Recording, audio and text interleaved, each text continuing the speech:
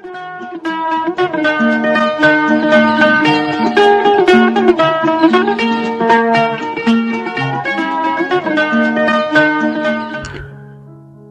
आदाब, hello friends. आपके साथ मैं फराज हूं और चैनल फिल्मी फराज है।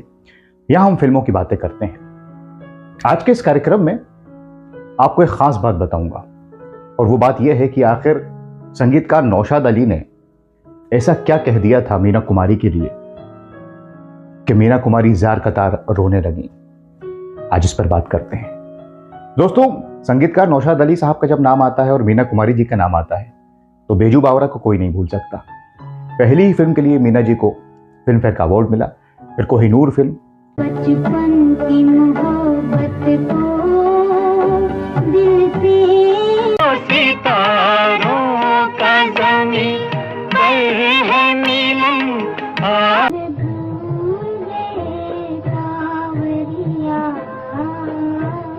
तुम्हारा रहेगा मिलन, ये हमारा तुम्हारा। पाकीज़ा।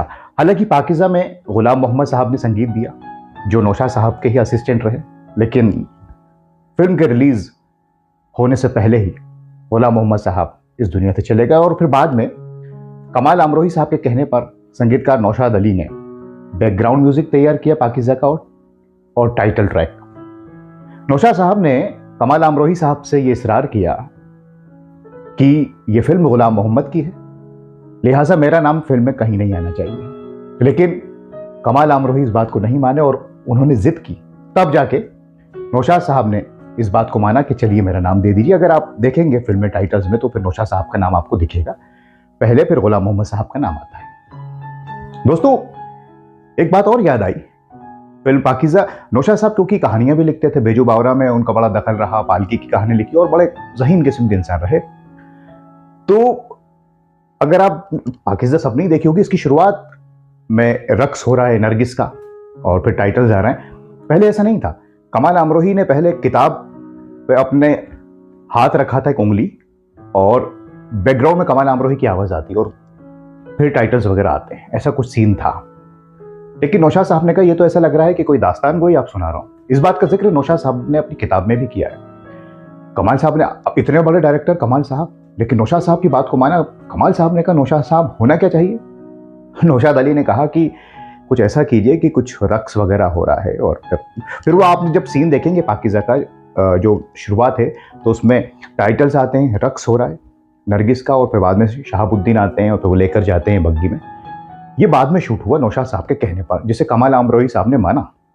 और कमाल अमरोही साहब ने यह भी कहा नौशाद साहब से कि मेरा तो मामला आपके बिना चल नहीं सकता, मुझे आपकी ज़रूरत पड़ती है। नौशाद साहब ने कहा कि हुजूर ये आपकी ज़र्रा नवाजी है।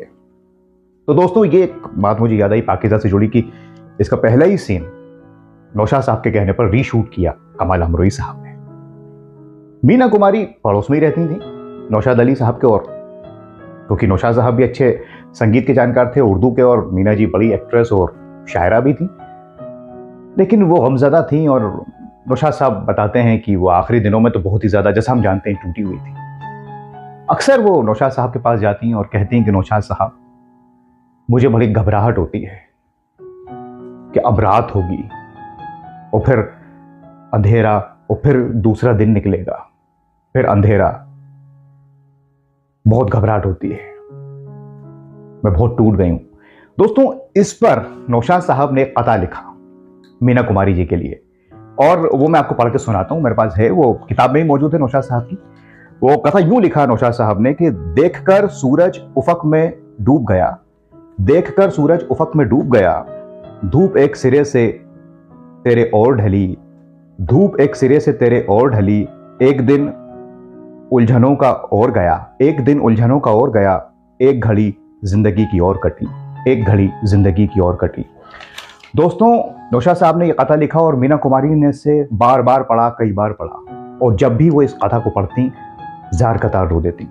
इतने, क्योंकि नौशाद साहब ने 4 लाइनों में मीना कुमारी की जिंदगी को उतार दिया था, क्योंकि वो शायर भी थे, संगीतकार तो हैं ही।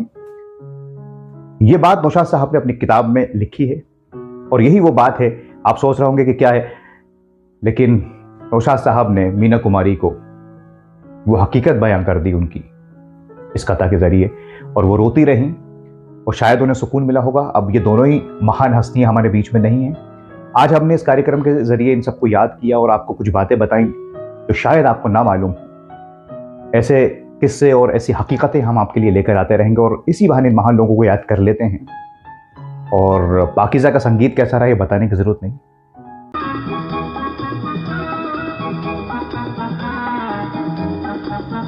चलो दिलदार चलो, चांद के पार चलो।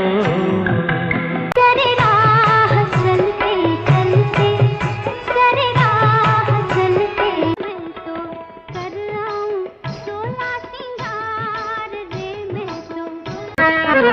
इन्हीं लोगों ने ले लिया दुपट्टा मेरा। आज हम अपनी दुआओं का असर देखेंगे। आ जाओ मैं बना दूं पलकों का शामियाना। हम हैं तैयार चलो, मुझे कोई मिल गया था। करे राह चलते चलते, टा मेरा जितने असर पे गज देना दुपट्टा मेरा। वो तेरे नजर देखेंगे, जख्म जिगर देखेंगे। कहना कि रुत जवां है और हम तरस रहे। ये फसाना बन गई है मेरे पास चलते चलते।